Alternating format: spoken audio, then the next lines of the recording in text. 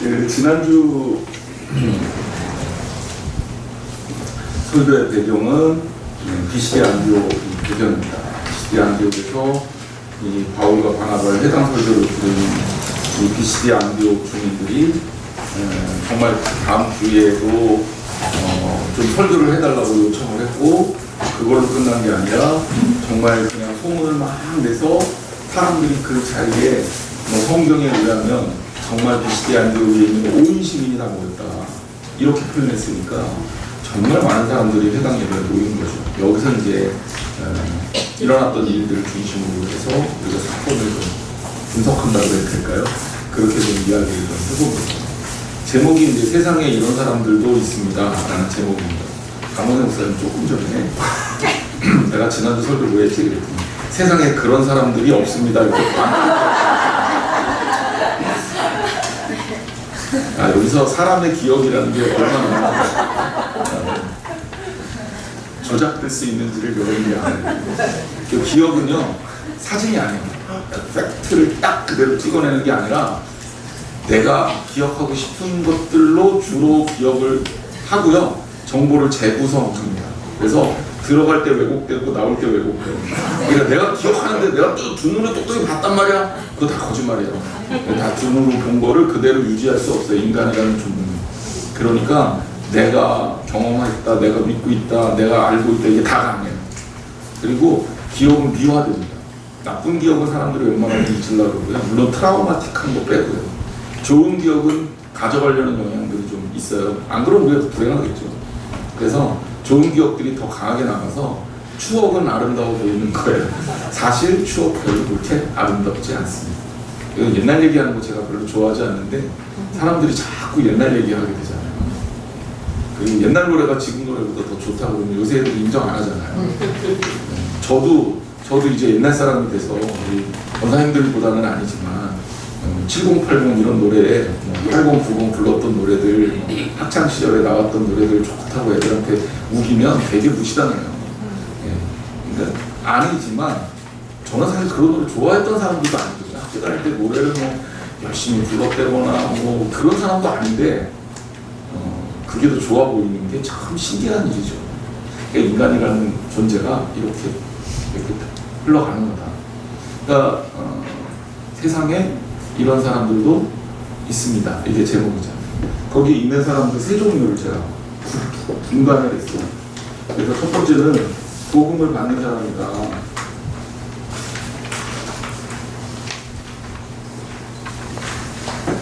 자, 그러면서 제가 여기서 제일 중요하게 언급한 부분이 뭐냐면 복음을 받을 수 있는 수용성에 대해서 있습니다.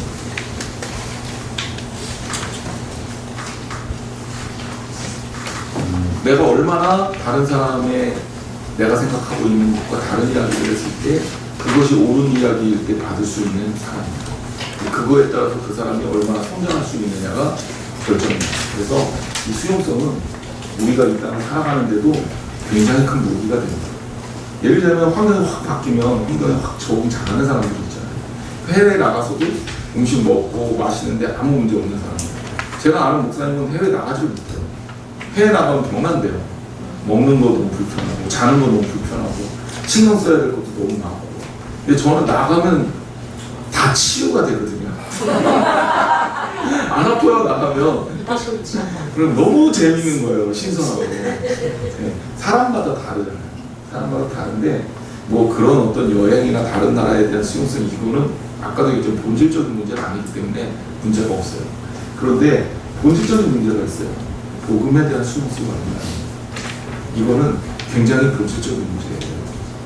비시디 안디옥에서 바울이 회당에서 설교를 했을 때 거기에 있었던 사람들, 그리고 특히 이방인들 같은 경우는 높은 호응도를 보입니다. 왜냐하면 그들이 바라봤을 때 저 복음은 진리의 말씀이고 내가 따를 만한 말씀이라고 판단을 한 거야. 그런데 유대인들은 이렇게 수용성을 보이지 못하죠. 유대인들은 어떻게 했느냐? 복음을 배척했습니다.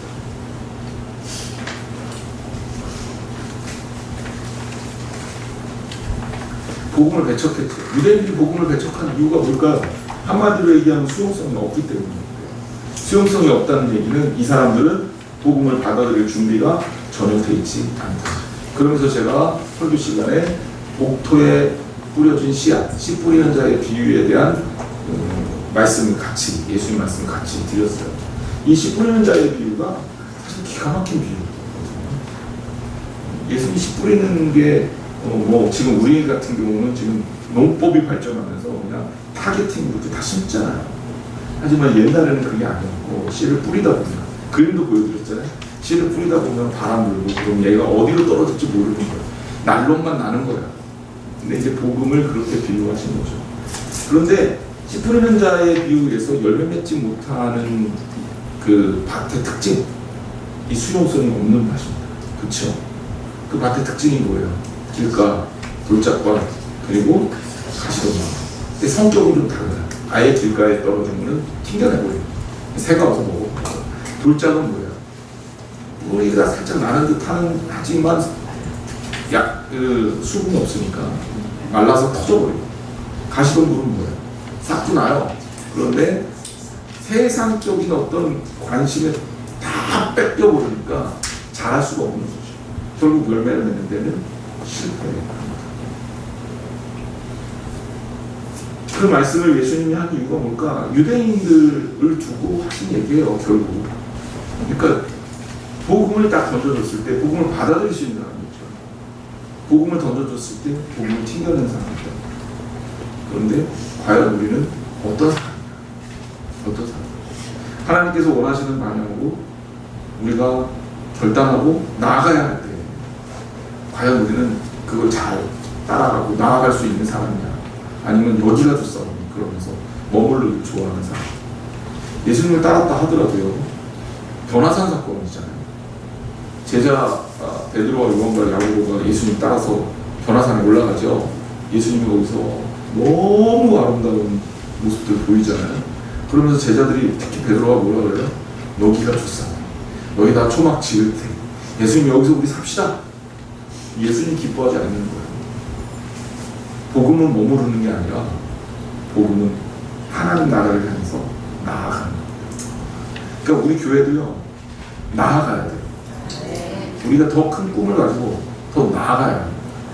우리 교회가 가지는 물리적 한계가 있어요. 본당이 작고 교회가 굉장히 작고 작잖아요. 그러면 우리는 부흥한다 하더라도 물리적으로 더 많은 교인들을 수용할 수 있는 준비가 사실은 안 돼 있어요. 아직 그 단계는 아니지만 여러분 그 단계에 머물러서 우리 딱 그 정도까지만 성장하고 말 겁니까? 아니 목사님 지금 교회가 안 줄기만 해도 잘하는 건데 요새 그런 얘기 저 많이 들어요. 줄지만 하라도 목회를 잘하는 거래. 근데 저는 그렇게 생각하지 않거든요. 어떻게 선교하는데 교회가 줍니까? 그러니까 그거는 뭔가 문제가 있는 거거든요. 줄지 않고 제자리 걸어놓으면 잘하는 겁니까? 제자리 걸으면 잘하는 거예요? 여기 머물러 있으면 잘하는 거예요?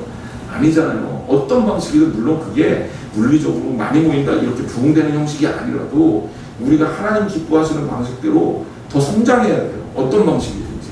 근데 그 성장을 위해서 과연 우리는 무엇을 해야 되는가?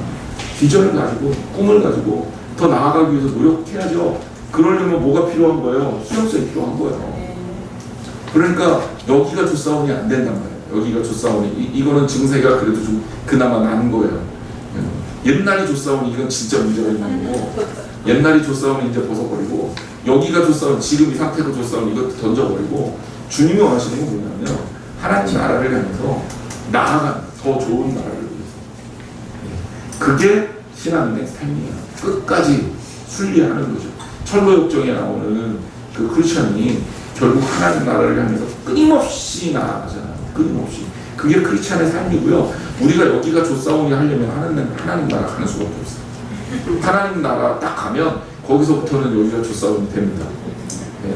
그걸 위해서 오늘 우리는 나아가는 삶이다. 전진하는 삶이다.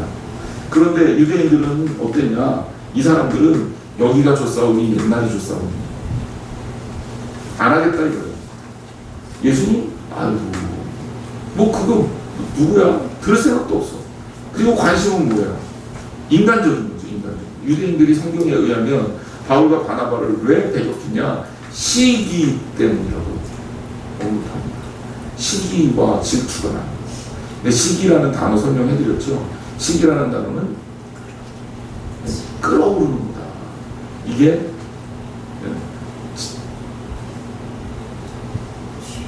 젤로스라는 단어고요. 제오라는 단어에서 왔다고 해요. 네, 아주 기억이 안 날 뻔했어요. 제가 설명을 드렸죠. 이게 내 마음속에서 막 끌어오르는 거예요. 이게 뭐 누가 잘 되는 거 보면 배 아프잖아요. 우리 딱 그거 생각하는 거예요. 그게 시기예요. 그런데 우리 인간이니까 시기가 났어. 난 나쁜 사람이야. 이렇게 생각하지 말라. 시기 날 수 있어요. 시기 날 수 있어요. 당연하죠. 누가 나보다 더 잘 나가고 내가 생각하는 이상에 더 가깝게 가면 시기가 날 수 있어요. 문제는 인간이기 때문에 시기가 날 수 있는데 이 시기가 하나님 보시기에 아름다운 거냐를 생각할 줄 알아야 된다. 거기에서 오늘 배운 말씀대로 하나님께서 복종을 하면 그렇잖아요. 그럼 제대로 간 거예요. 그런데 하나님 뜻하고 안 맞는 결정을 하면 그거는 잘못된 거죠. 바로 그게 거기에서 걸린 겁니다. 시기가 날 수는 있어요. 막 끌어올릴 수 있죠. 하지만 어때요? 하지만 하나님께서 원하시는 건 뭐다?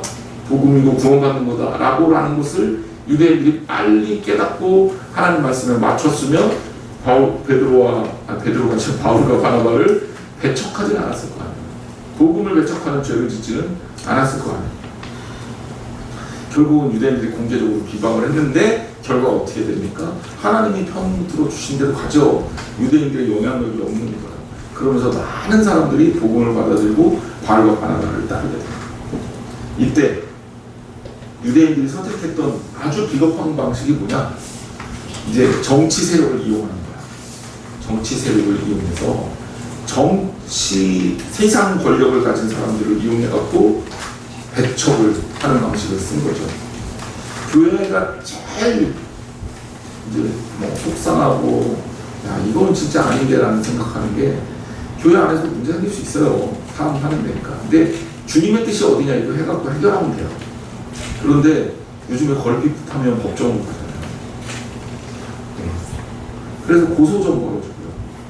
그리고 법원에다가 판결을 해달라는 거예요. 이게 무슨 얘기냐면 복음에 대해서 일도 모르는 불신자에게 하나님의 사람들이 누가 옳으나를 가려달라는 건데 이게 말이 되는 얘기냐? 말이 안 돼요. 말이. 진짜 말이 안 돼요. 형편없는 거지. 사람들의 일을 개미들이나 동물들한테 자 누가 옳은지 판결해봐 라고 우리 집 강아지한테 묻는 거랑 똑같은 거예요. 제가 이제 심하게 얘기하면 그런 거야. 신앙적으로 따지면 오히려 우리가 선한 영향력을 그들에게 줘서 그리스도의 법이 그들을 지배하게 만들어야 되는데 어떻게 그 애가 세상 법의 지배를 받습니까? 그렇다고 세상 법하고 아무 상관없이 살아도 된다는 얘기를 하는 게 아니에요. 이게 뭐가 문제가 있다는 거죠. 근데 유대인들이 쓴 방법이 이 방법이요. 역사가 오래됐어요. 초대교회부터 쓴 방법이라고. 교회 안에 문제가 생겼죠. 바울과 바나바 때문에 자기들 명예를 잃어버리게 생겼죠. 권위도 잃어버리게 생겼죠. 그러니까 이 유대인들이 어떤 방법을 씁니까? 더구나 성경에 의하면 경건한 귀부인들이에요. 그러니까 유대인에 대해서 호의적이었다. 유대계에 대해서 호의적이었던 사람들을 선동합니다. 특히 여자들의 마음이 여자들이 남자들보다 조금 더 감정적이잖아요. 나이 들면 바뀌어요. 근데 그런 감정적인 여인들을 조정을 해서 그 유력한 귀부인들, 귀족들, 남편들을 설득하게 해서 바울과 바나바를 쫓아내는 거 아닙니까? 참 그런 일들이 벌어집니다. 그리고 그런 어떤 정치적 수단을 통해 갖고 바울과 바나바를 배척할 때 바울과 바나바가 어떻게 했습니까? 그래도 복음을 전하는 사람. 바울과 바나바는요, 성경에 의하면 뭐라고 되냐? 아예 책을 떨어버렸어요. 이 얘기는 뭐예요? 이런 없습니다. 제가 그 얘기 했잖아요. 목사님, 나는 그렇게 복음을 전해도 교회를 안 나와요. 걱정하지 마요. 그냥 복음을 전하는 걸로 줘. 내가 정말 하나님의 사람이고 최선을 다해요. 그러면 결과는 하나님께 맡겨야 돼요. 가끔 목회도 마찬가지라고 생각해요. 목사님들 판단할 때 큰 교회 목사님 훌륭하고 작은 교회 목사님은 부족하고 이런 거 아니에요. 정말 중요한 거는 그분이 복음의 중심을 두고 목회를 하고 있느냐가 중요한 거예요. 그게 진짜 중요한 거예요. 성과를 낼 수도 있고 안 낼 수도 있어요. 근데 그거는 아니 뭐 몇 사람 없는 데 가서 복음 전하면 반드시 필요한 일이지만 성과가 나와봐야 별거 아니죠. 그렇죠? 환경적인 요소가 되게 좋은데 가서 정말 새 신도시 개발이 되는 그런 데 가서 복음을 전하면 조금 더 수월할 거 아니에요? 왜? 기존 신자들이 다 오니까. 그러니까 그런 거. 근데요, 복음은 결과로 얘기하는 게 아니라 복음은 과정으로 좋은 겁니다. 그러니까 복음을 진짜 잘 전하려면요, 내가 복음을 전했을 때 복음을 전한 사람들이 몇 명이 결신이 되느냐가 이거 가지고 초점을 맞추면 힘들어서 못하고요. 내가 복음 전하는 거를 좋아합니다. 복음을 좋아합니다. 목사님들도 그렇더라고요. 설교를 진짜 잘하시는 분들을 보니까 설교를 듣고 교인들의 반응에 초점을 맞추기보다는 설교를 준비하고 설교를 하는 것 자체에다가 마음을 쓰는 분들이 좋은 설교자거든요. 우리 교인들도 마찬가지라고 생각해요. 신앙생활의 결과만 보십니다. 이게 중요한 건 그거예요. 기쁨이 어디에서 생겼을까? 저는 이제 그게 굉장히 중요해요. 기쁨이 어디서부터 왔느냐? 복음을 전하는 자의 기쁨이 어디서부터 와야 되느냐?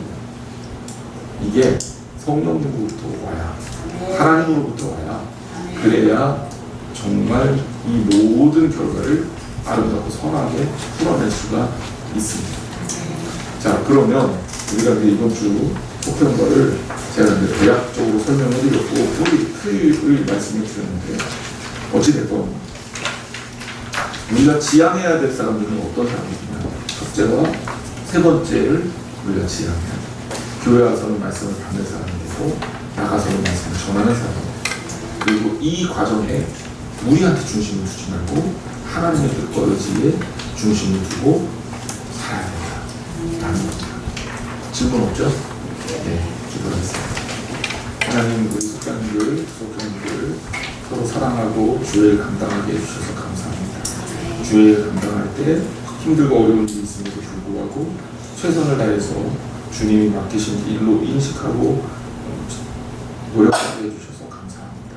이 속에서 하나님께서 주시는 기쁨을 누리게 하여 주시고 짐으로가 아니라 행복으로 감당할 수 있도록 축복하여 주옵소서. 정말 주님의 말씀이 우리 안에 있게 하여 주시고 그 말씀을 배우는 기쁨이 있게 하시고 깨닫는 기쁨이 있게 하시고 그것을 통해 주님께 다가가는 기쁨이 있게 하여 주옵소서. 오늘도 주의 말씀에 복종하며 주님께 나아갑니다.